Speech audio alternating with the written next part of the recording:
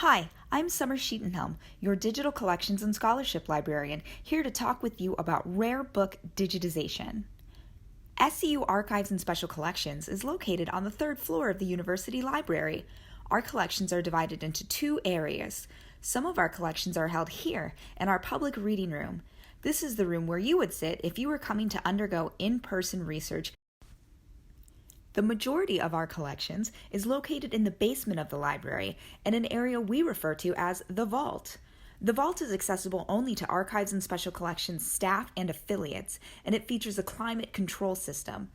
Our books are stored here in movable shelving. Each book has an identistrip, a piece of paper that includes the book's name, author, and call number, as well as a barcode. Movable shelving allows us to store more books in our limited amount of space. With the press of a button, we can move from shelf to shelf. Once we have our rare book, we take it upstairs to digitize. We have a camera stand with 4 external lights and a Canon DSLR tethered to a PC. We control the camera with Adobe Lightroom. When I start digitizing, I take a picture of the outside of the book with the identistrip, so when I edit photos, I know the books they belong to. Here's how it looks on the computer. I control the camera's aperture, shutter speed, ISO, and click the button to take a picture. The picture loads on the computer for me to review.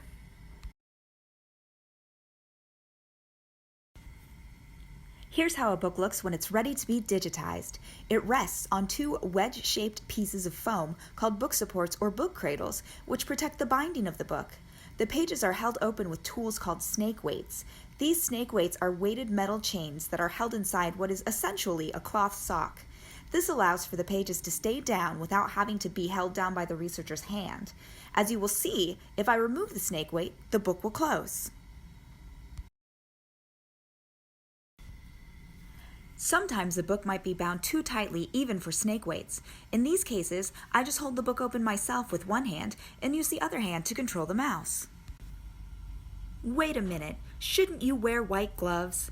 Nope. For rare books, all you need are clean hands that have been washed with soap and water.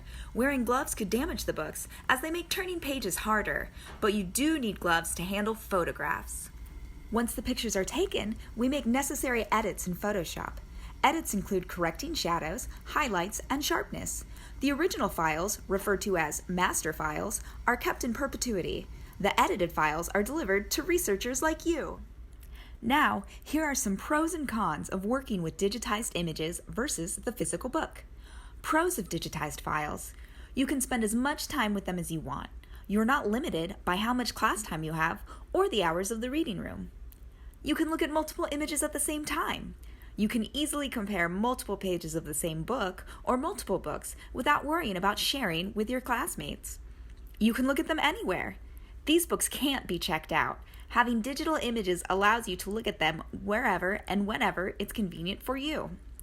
Depending on copyright, you can make copies of them to use in different works.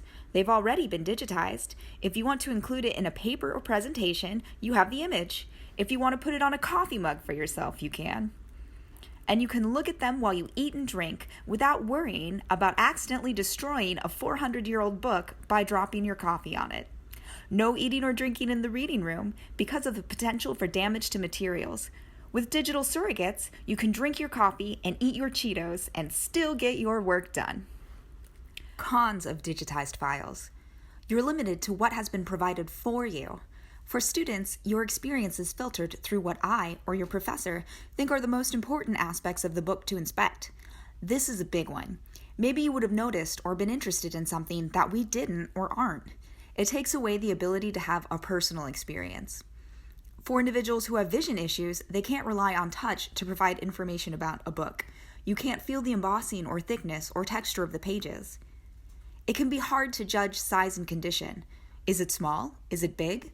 We can get this information from the catalog record, but it might not process in the same way as if we held the book in our hands. It can be harder to see small details such as marginalia, the imprint of letterpress, or the construction of a book's binding. These small details can provide a lot of information about when, where, and by whom a book was created, and also provide information about who previously owned it. These don't always translate well to 2D images. However, in sum, while a digitized version doesn't provide the full experience of the original physical book, it can provide a lot of information. If you have any questions, comments, or grievances, particularly in regards to digitization here at SCU or just in general, please feel free to email me, Summer Schetenhelm, Digital Collections and Scholarship Librarian at sschetenhelm@sceu.edu.